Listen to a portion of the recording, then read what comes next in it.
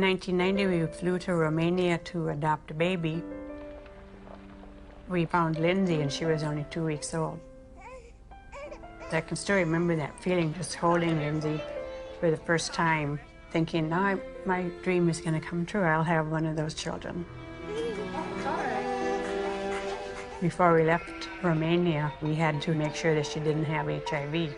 We had to find a doctor, and he did the test, and it came back negative. We flew home just after Christmas, 1990, and thought we had it made. 9 days after returning home, Steve and Cheryl's pediatrician ran a battery of tests on Lindsey, including an HIV test, even though Lindsey had tested negative for the virus in Romania. Dr. McHugh called us and said, we run into some problems with the testing that you did at Methodist Hospital, and you'll need to come right in and see me. I said, well, what is it? She says, well, I'm not going to tell you over the phone. I said, I need to know exactly what this is. He said, you know, we got bad news that she tests positive. And he said, she'll have a 20% chance of living to age 2. That was just a shock. Just a shock after all this joy and happiness. We finally found our daughter, and I'm dancing around Romania, and now I come home, and it's like somebody could just stab me.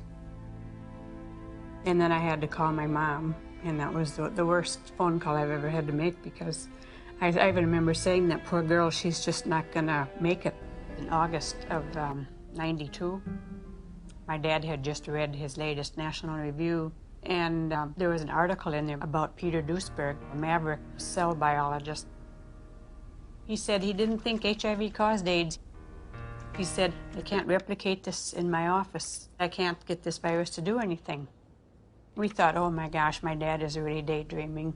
He's trying to wish this all away because he knows how upset we are. Just wish it all away, and you know, everybody will be gone happy.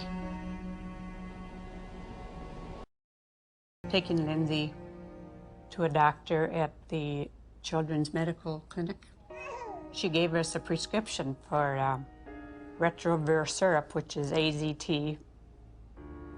It was so important for us to get something to help our baby that we sat on the floor in the pharmacy and gave her first dose.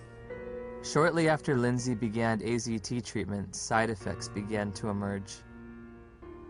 Her eating habits changed quite a bit. She didn't eat well. She was hard to handle at the table. And then the leg cramps started. Once that started, it got progressively worse.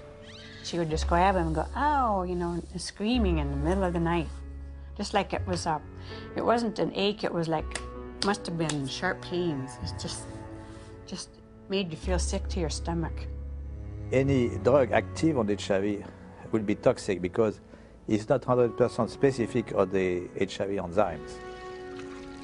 When we switched over to the university, then the dosage of AZT went up, and that's where she started flattening out on her growth chart. The doctors would try to put a positive spin on how well she was progressing. It was mainly in the T cells that weren't always a positive situation. Yeah, the T cell count would go down, and then the doctors would say, well, maybe we better raise that AZT dosage, get that T cell count back up. We were going, I think it's kind of making her sick because she doesn't want to eat. She's having leg cramps.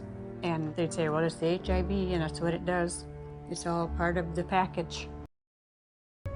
We just decided between ourselves in November to write to Peter Duesberg and say, sorry to bother you.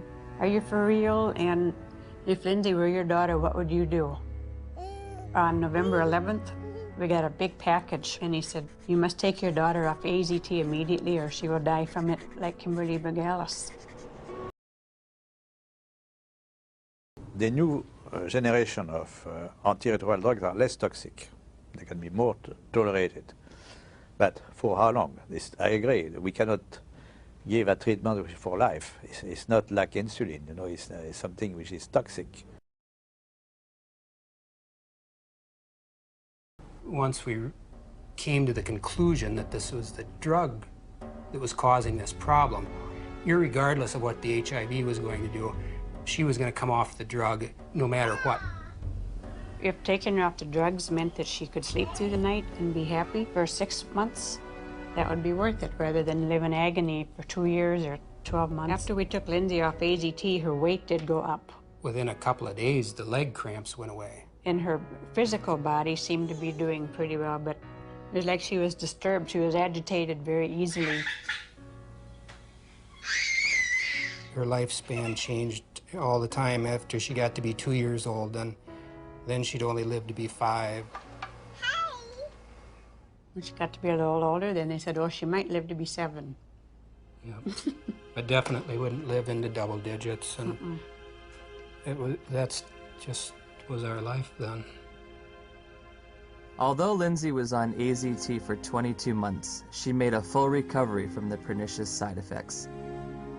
Lindsey will be 19 in October of 2009.